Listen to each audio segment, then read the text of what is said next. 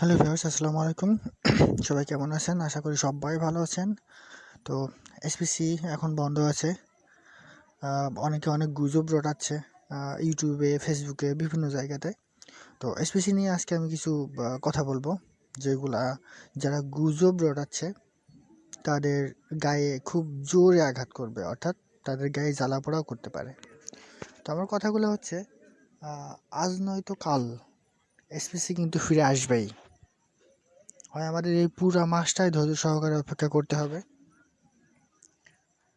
আর না হলে খুব তাড়াতাড়ি আসবে।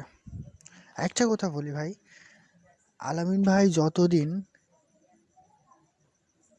এই কোম্পানিকে বাংলাদেশে একটা স্থায়ী ঠিকানা না দিতে পারবে, ততদিন তিনি জেল থেকে বের হবেন না। উনি যদি হারিয়ে যাওয়ার কোনো মন মানসিকতা নিয়ে কিংবা টাকা মেরে দেওয়ার কোনো মন মানসিকতা যদি উনার থাকতো, তাহলে বাংলাদেশ সরকারকে 10 থেকে 15 কোটি টাকা দিয়ে এদেশ থেকে পালিয়ে যেতে পারতো। একটা কথা ভাবেন, কোম্পানি যদি ফেরত আসে, তাহলে যারা এই ধরনের নেগেটিভ কথাবার্তা বলছে তাদের কি অবস্থা হবে? তারা তখন মুখ দেখাবে কি করে, কিংবা এসপিসি নিয়ে কোনোভাবে কোনো কথা বলার সাহস পাবে কি করে? আমি এসপিসি নিয়ে আরও কিছু কথাবার্তা বলি, শুনুন। এসপিসি নিয়ে সরকারের সাথে কিন্তু ভিতরে ভিতরে একটা চুক্তি হচ্ছে। এটা কিন্তু অবৈধভাবে কোনো চুক্তি না, এটা বৈধভাবে একটা চুক্তি হচ্ছে এসপিসি নিয়ে সরকারের সাথে। আমরা আমাদের এই এসপিসি নিয়ে যে স্বপ্ন, সেগুলো পূরণ করব ইনশাআল্লাহ আইনের মাধ্যমে। এবার আপনার একটা বিষয় কথা বলি, সেটা হচ্ছে যারা বিভিন্ন মামলা সম্পর্কে কিছু বোঝেন, তাদের উদ্দেশ্যে আমি কথাগুলো বলি। আমি যেহেতু খুব বেশি বুঝি না, যতটুকু বুঝি ততটুকুর উপর থেকেই বলি কথাটা। সেটা হচ্ছে, অনেক মামলা আছে যেগুলা অনেক দীর্ঘ হয়, সেগুলা 3 মাস 4 মাস এমনও হয়।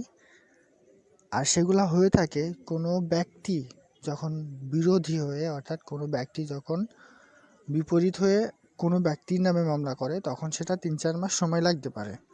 আর এটা কিন্তু একটা সরকারি মামলা, অর্থাৎ এখানে কোনো ব্যক্তি কিংবা গোষ্ঠী কিংবা প্রতিষ্ঠান এসপিসি নামে মামলা করেনি, মামলাটা হয়েছে সরকারের পক্ষ থেকে।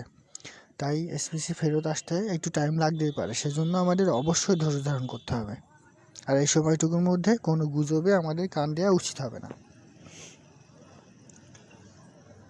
আরেকটা কথা বলি আন্দোলনের বিষয়, সেটা হচ্ছে আমরা স্বল্প যুক্তি নিয়ে আন্দোলন করে বর্তমান সরকারের তেমন কোনো কিছু করতে পারবো না। সেক্ষেত্রে এই আন্দোলনটা আবার হিতে বিপরীত হতে পারে, কারণ বাংলাদেশে এমএলএম কোম্পানি কিন্তু বৈধ নয়। যদিও সংসদে পাশ হয়েছে যে এমএলএম কোম্পানির স্বার্থ রক্ষা করে তারা চলবে। আর আরেকটা কথা হচ্ছে, পরবর্তী শুনানিতে কি হয় সেটা অনেক গুরুত্বপূর্ণ বিষয় হয়ে দাঁড়াবে আমাদের সবার জন্য। সবাই দোয়া করবেন এসপিসি যেন ফেরত আসে। আর আদনান স্যার, আপনারা জানেন গতকালকে উনি একটা উনার ইউটিউব চ্যানেলে ভিডিও ছেড়েছে, সেখানে অনেক দিক নির্দেশনা দিয়েছেন। উনি একটা ফেসবুক পেজ দেখিয়েছেন, সেখান থেকে মানে এসপিসির সকল আপডেট ওখান থেকে পাওয়া যাবে, সেটাও উনি দেখিয়েছেন। তো আমরা সবাই ওনার কথায় আশ্বস্ত হব, উনি যেটা বলেছে সেটা শুনবো। আর এরপর থেকে উনি লাইভেও আসবে, সেটা উনি আমাদেরকে নিশ্চিত করেছেন। তবে এখন আসতে পারবেন না, কারণ ওনার নামেও কিন্তু মামলা আছে। সো একজন মামলা যার নামে আছে সে কিন্তু এখনও গ্রেফতার হয়নি।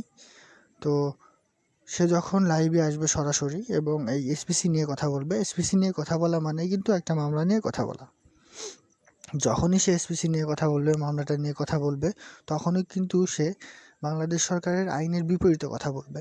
সো এমন কোনো কিছু এখন আমাদের করা যাবে না, কিংবা আমিও বিশ্বাস করি এসপিসির ঊর্ধ্বতন কর্তৃপক্ষ এমন কিছু করবে না যেটা আমাদের কোম্পানির জন্য ক্ষতি হয়।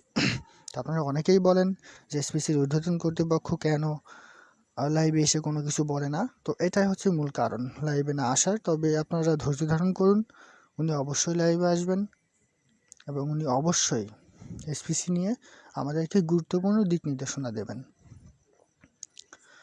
আর এসপিসি ফেরত আসবে, সকলে দোয়া করুন এসপিসি যেন অবশ্যই ফেরত আসে। এসপিসিতে যারা ঋণ করে ইনভেস্ট করেছে, বিভিন্ন সমিতি থেকে টাকা তুলে ইনভেস্ট করেছে, তাদের জন্য আমার একটাই পরামর্শ থাকবে, আপনারা ধৈর্য ধরুন।